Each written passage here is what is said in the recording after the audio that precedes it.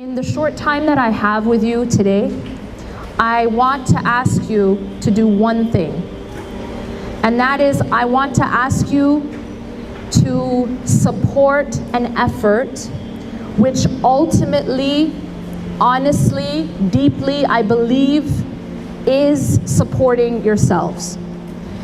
I have a little bit less time today than typical, but what I want to do is impart to you why I believe firmly and why I personally support this type of work.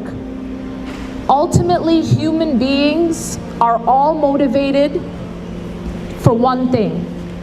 Every human being is motivated towards the same thing, and that is every human being wants self-preservation, happiness, safety.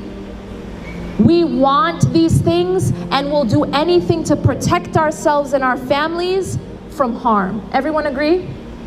Yeah? Whether you're a Muslim or you're a non-Muslim, you have the same motivation.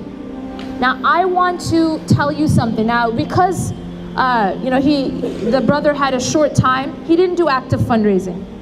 But I'm going to ask you to privately support this effort. And I'm going to tell you why. This effort is standing up for those who cannot stand up for themselves. Now you might think, what does that have to do with me? I'm safe, right? My family is safe. We don't have a threat. My husband or my brother or my father's not in jail. So what does it have to do with me? I'm gonna tell you what it has to do with you. First of all and every single one of these cases at any moment can come close to home. And I promise you that. I promise you that any trial that faces others can also face us. And we have to always look at it like that. When we see a person who's going through a trial, we shouldn't only say, oh, I feel sorry for them. But we should also say, that could be me. And wallahi, it could be me. And it could be my father, and it could be your father, and it could be your husband, or yourself, or your sister, or your son. And the reality is that when one person is dealt with unjustly, it means all of us can be dealt with unjustly. So when we stand up and we support the fight for justice for anyone who's being treated unjustly, we are actually protecting ourselves. Does that make sense? Because I'll give you an example.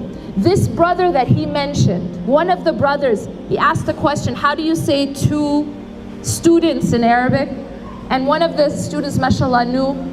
To say two students in Arabic it's the same word as a terrorist group, and therefore he got flagged, and therefore not only did they take him, they took his 3 sons for no reason. And one of them was held in prison, in jail, solitary confinement for almost a year for no reason, because his father said 2 students in Arabic over the phone or on a message, I'm not sure. So do you understand what that is? That means it can be anyone. Why am I telling you this? Because what did MLFA do? They actually went back. Yes, they released the man after a year, but what did they go back and do? They went back and sued the government for, this was unconstitutional. This was the essence of injustice. They went back and sued the government for doing that. Now, when you go and sue the government for doing things like that, what is that going to bring about? It's going to prevent these types of cases from continuing. It means that they're less likely to do it again to your brother, or your husband, or your father. Do you understand? So we have to see this as something very personal. And when we support an effort for justice, I'll tell you something else that will happen. And this is the most important part. We are told again and again and again by Allah and His Messenger that when we support a person in need, guess what happens to us? Allah supports us when we're in need. Do you understand the way it works? That I support someone in need, and in exchange, this is a transaction with God. Do you understand? It is a transaction with God. You cannot see it as anything less. That when I help a person in need, God, Allah, the master of the heavens and the earth will help me when I'm in need. And do you think that I will ever be in need? Do you think that you will ever be in need? I'll tell you for sure you will. Even if it is not in this life,